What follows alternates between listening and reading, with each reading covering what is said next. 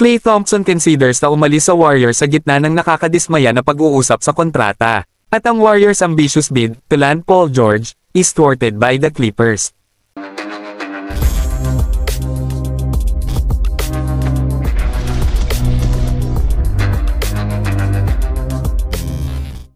Ang Golden State Warriors ay gumawa po ng concerted effort na makuha si Paul George mula po sa Los Angeles Clippers, ngunit po sa huli, ang Clippers ay hindi nais na i-trade siya sa isang direct rival, ayon sa isang ulat ni Tim Kawakami ng The Athletic.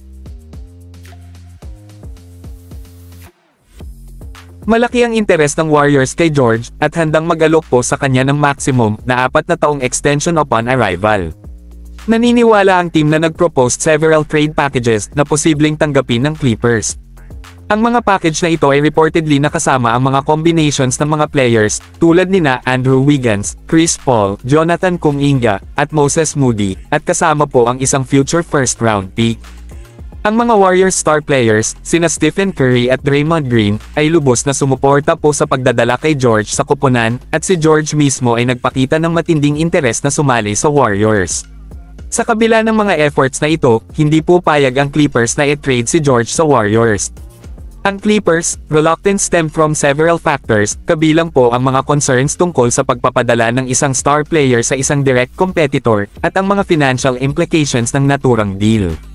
Maaaring pinahintulutan ang pag-trade ni George ang Clippers to get out mula sa ilalim ng second luxury tax apron, at makakuha ng higit pang flexibility ng roster, ngunit mangangahulugan din po ito ng isang pagkawala ng isang key player nang walang makabuluhang kita.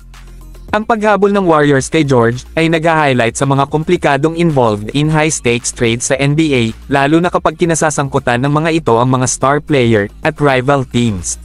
Si Klay Thompson ay nakakaramdam ng kawalan ng respeto sa alok na kontrata na natanggap niya mula sa Golden State Warriors.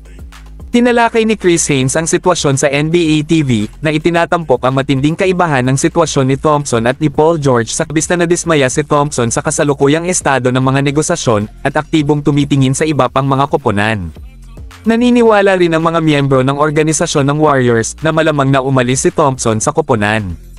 Ang offer ng Warriors kay Thompson ay reportedly stands at an annual salary of around $20 million, isang figure na nakita ni Thompson na nakakainsulto dahil sa kanyang mga kontribusyon at legacy sa koponan.